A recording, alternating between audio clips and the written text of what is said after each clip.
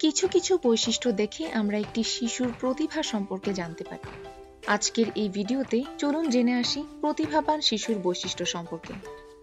শারীরিক বৈশিষ্ট্য। শারীরিক দিক দিয়ে প্রতিভাবান ও সমবয়সী এবং অন্যান্য শিশুর মধ্যে কোনো পার্থক্য থাকে না। বুদ্ধিমত্তা।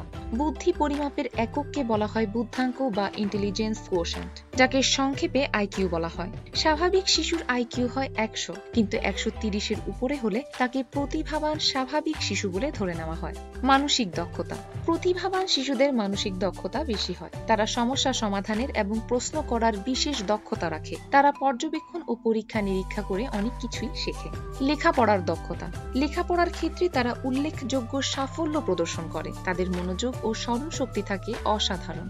সৃজনশীলতা। প্রতিভাবান শিশুরা সৃজনশীল হয়। তারা কোনো কিছু উদ্ভাবন করতে পারে, নতুনভাবে চিন্তা করতে পারে।